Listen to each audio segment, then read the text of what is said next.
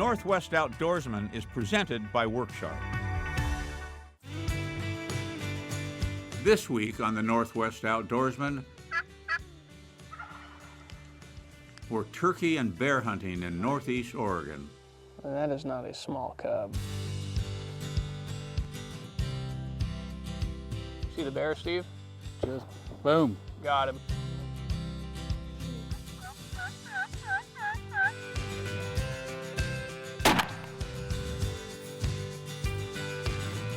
The Northwest Outdoorsman, presented by Worksharp, is brought to you by Max Lure, Explore the Dalles, Good Day Fishing, Tim Botus, 4-Play Turkey Call, Valley Marine, the Northwest Outdoorsman Rod Series.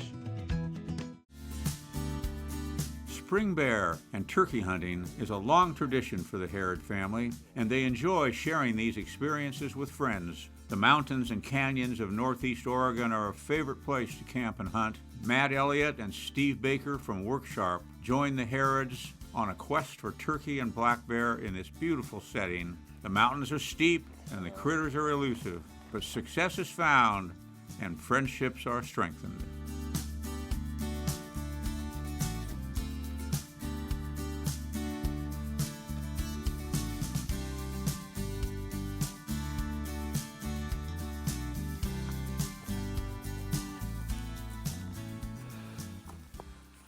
Well, it's springtime, and that means it's time to go to our turkey bear camp. And we've had this location for a really long time, and I was really looking forward to sharing this experience with my friends Matt and Steve from Worksharp. My nephew Boone and I showed up a couple days early to set up camp. You know, I really wanted it to be a great camp for those guys when they showed up, and then Boone and I were going to do a little bit of hunting.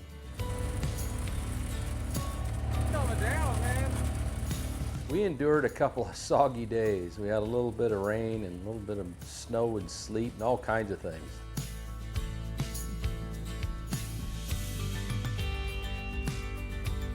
The first real dry morning I went out and thought, well, I'm just going to try to fill my turkey tag, because when those guys got here I wanted to spend time with them. So I headed out to one of my favorite spots, and hey, I got lucky.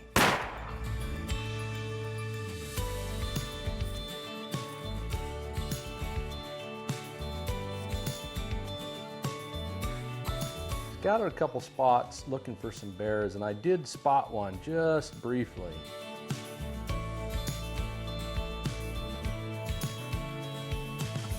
So that's the place I wanted to take Matt and Steve. They had come and the guys had finally arrived, and they didn't get there till about noon, so I just had them hike right down the ridge and find me.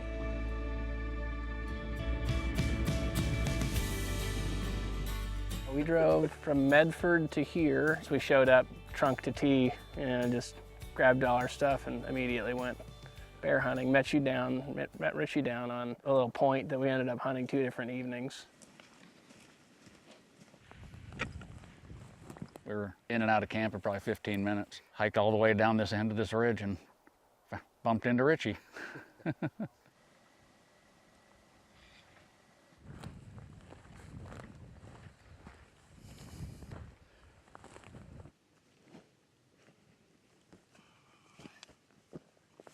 After we visited a little bit, we split up, decided that we would go on different parts of the ridge and just glass for a while, but we couldn't spot a bear.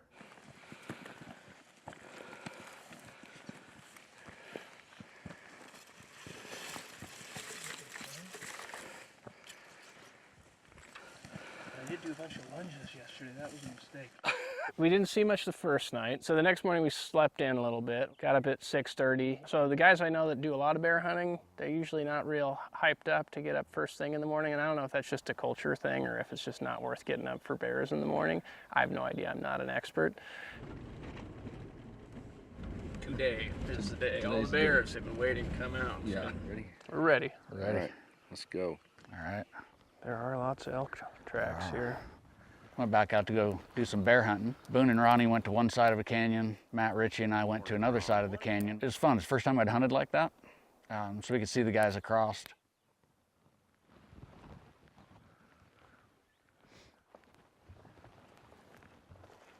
where we ended up hunting 2 groups of guys, one on each side where we could look underneath us. It's just like anything else, elk, deer, whatever, you're hunting across. You can't see underneath you, and bears don't call or talk like elk, so you're not going to hear them underneath you. So this way we could glass across to each other and signal. Boone ended up, well, he first saw a bear basically right when he showed up. We had a plan to where we'd split up. I spotted it first at like 250 yards down below me, and I actually had a shot, but I didn't take it because it kept moving. There's Ronnie. Coming down. No, he's just sitting on an outcropping, just chilling. Richie and the guys ended up spotting it from across the way. We kind of had some cell phone reception, and one of the guys was able to shoot me a text and just say, hey, that bear's like 300 yards below you. Coming up after the break, See the bear, Steve? Just boom. Got him.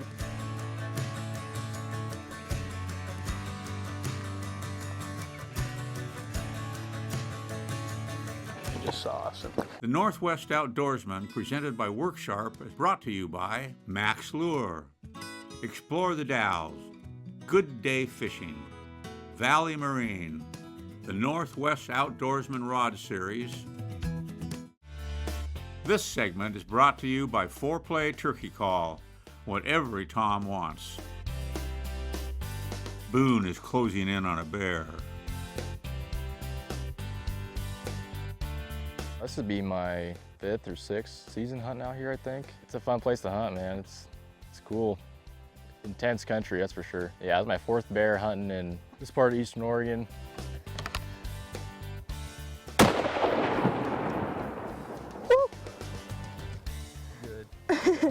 Thanks. We had a plan to where we'd split up. I spotted it first at like 250 yards down below me. And there's Ronnie. Coming down. No, he's just sitting on an outcropping, just chilling. He let Boone know that thing moved up a little. And the guys ended up spotting it from across the way. We kind of had some cell phone reception, and one of the guys was able to shoot me a text and just say, hey, that bear's like 300 yards below you. Just emptied my pack and bailed off the hillside down there and got down to a good spot. Get ready to shoot. Yeah.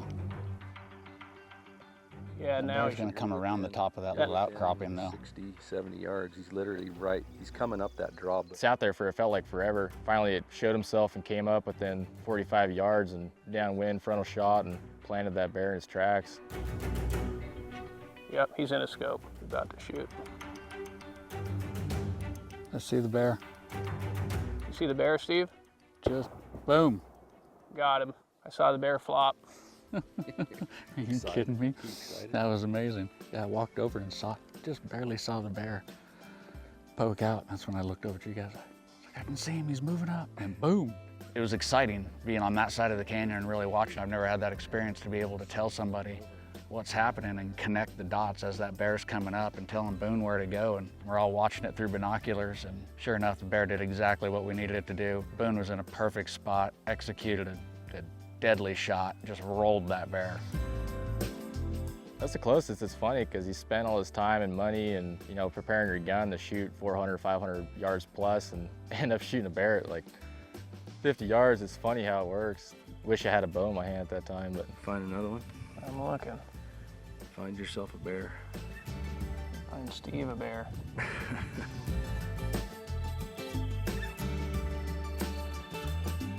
This is the glassing point here. Right where. Put one guy over here and one guy here. Okay.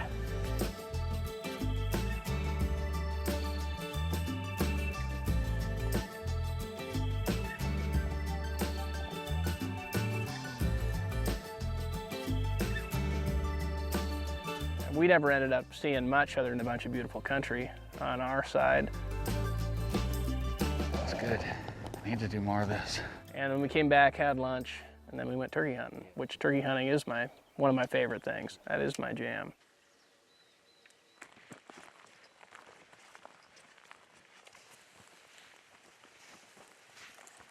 And I decided to take Matt and Steve to a meadow where Dad had got his turkey back in 2016.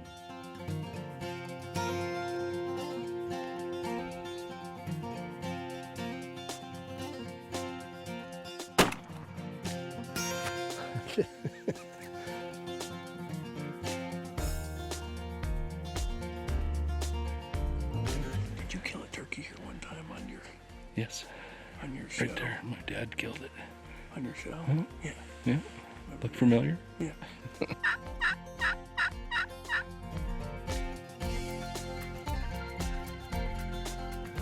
Had a gobbler off to our left going off. Heard a hen. When I first heard the hen, I thought it was Steve that had started hen calling, and I was like, man, Steve's been practicing.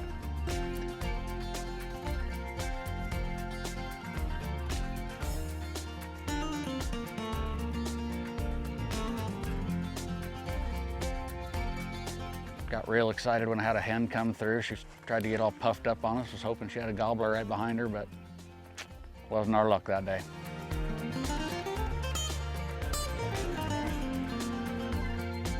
So the next morning we got up and went turkey hunting.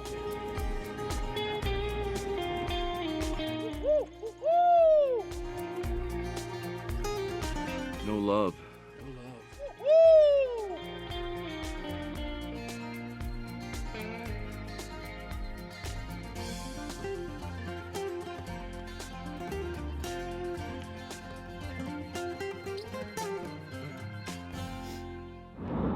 Coming up after the break, See the bear, Steve? Just boom. Got him.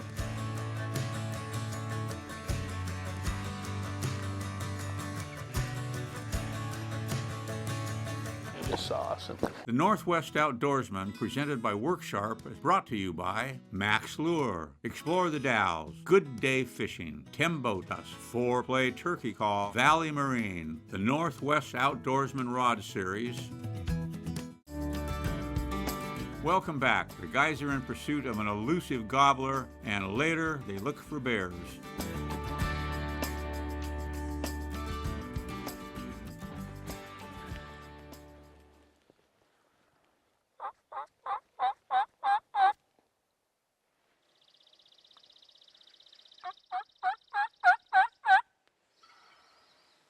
We struck up a gobble, snuck in, set up on the edge of a meadow.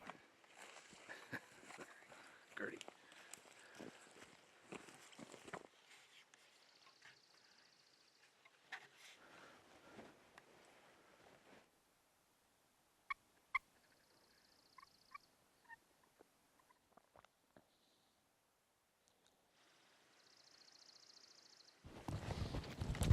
I think we got busted running around in the wide open.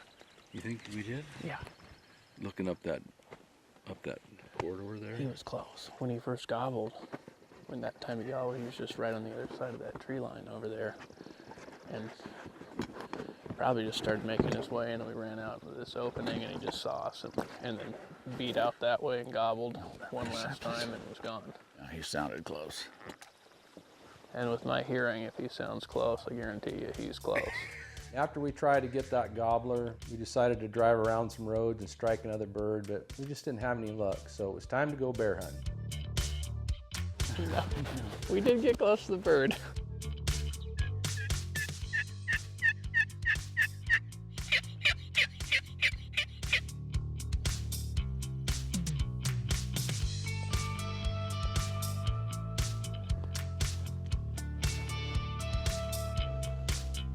Up and down the canyons, trying different spots, just glassing and glassing.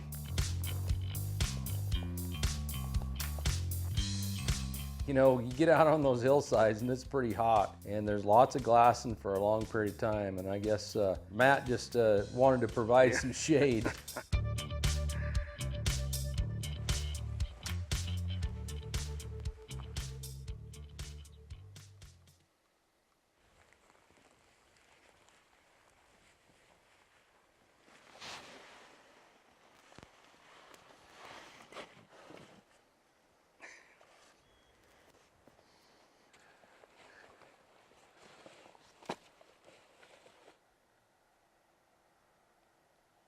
Tried to glass up bears. And we did. We glassed up a sow and a cub, an actual jet black cub, which is rare out here. So that was fun. Pretty bear. Little black cub. It's actually not a little cub. It's probably like a 60, 70 pound yearling cub, which apparently, you know, legal to shoot the mom, but it just doesn't seem like the thing I want to do. Yeah, I'm with you. Fun to watch though. It is fun to watch. Yeah. We found one. We did find one. We know what they look like. And that is not a small cub. It is not a small cub. That's Wild Boone shot that bear at 45 yards. When you look at a canyon like that and think, how is that possible, right? Yeah. It got pretty exciting because we spotted a bear, but then we realized it had a cub, and neither of us really wanted to go after that sow.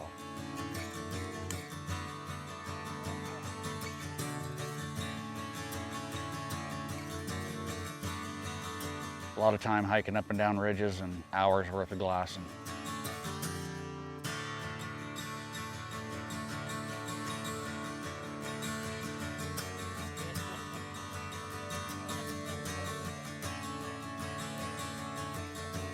That afternoon, we decided to go back out to where I had spotted a bear on the very first day, and we were all going to split up and go down different ridges, so I was by myself. Well, I don't normally do this, but decided to leave my camera behind. Just go bear hunting. So we'll see what happens.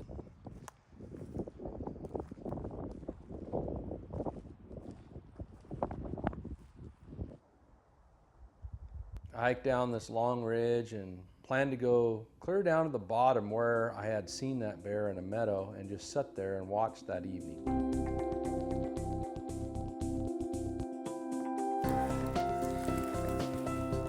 So I spotted a bear.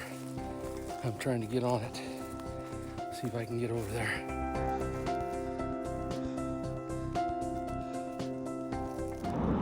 Coming up after the break,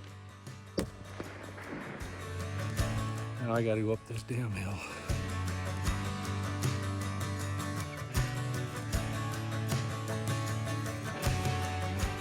the Northwest Outdoorsman, presented by Worksharp, is brought to you by Max Lure, Explore the Dalles, Good Day Fishing, Valley Marine, the Northwest Outdoorsman Rod Series.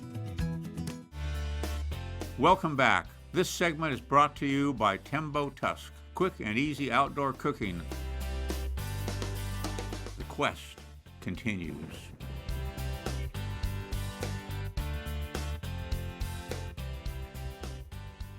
I hiked down this long ridge and planned to go clear down to the bottom where I had seen that bear in a meadow and just sat there and watched that evening. So I spotted a bear. I'm trying to get on it. See if I can get over there. I got about part way up the ridge and I looked up there and I see this little dot and I'm thinking, man, that sure looks like a bear. And sure enough, it was. He's way over there. I gotta get closer, I think. Too much brush, can't see him. I gotta go up. But when I got there, there was just nowhere to lay down with my rifle and get a clear shot. I hiked up an elevation a little bit and finally found this one little place that could break me out of the small trees, but man, it just wasn't a very good place to lay down.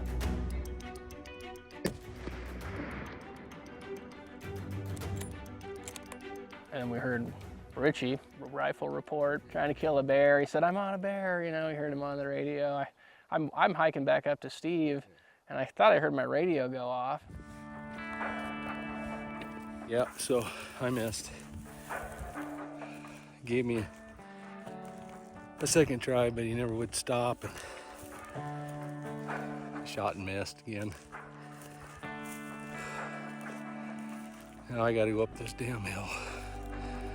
It's pretty steep. Yep. You know, it was disappointing. I got a couple shots at that bear. You know, I'm glad I didn't hit it or wound it. I wished I'd have had a better setup so I could have gotten rock solid with my rifle, but that's the way it goes.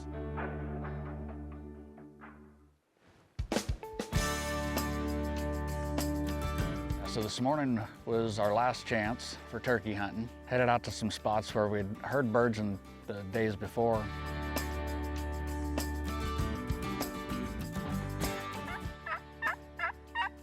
Yeah, this morning was fun. This morning was everything you want in a turkey hunt except a dead turkey.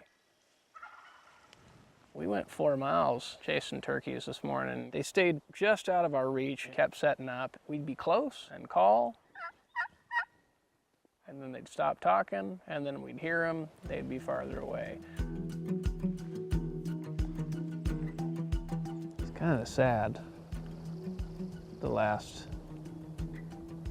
turkey hunt, and then just run all over the woods. And sad for two reasons. One, I feel like a sad turkey hunter, and I'm also sad to not get to hunt turkey anymore. Yeah, because this is fun. It is fun.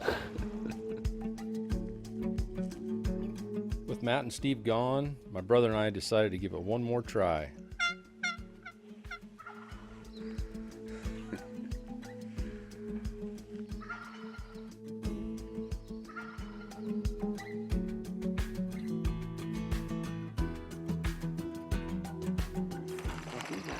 Just come right through here. Then right on this edge. He was right behind us one time. Yeah, right. That thick timber patch right there didn't help us. We're in the wrong spot.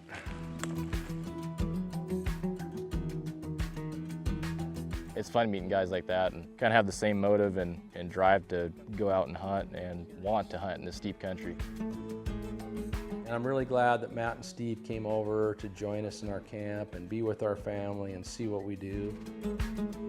It's gorgeous country, it's good company. It's been a nice couple of days. It's been amazing. This will go down as one of my favorite hunting trips ever. This place is beautiful. It's time now for another Harrods Cookhouse recipe brought to you by Mickledge, the Spokane Spice Company. Today we are making venison flautas.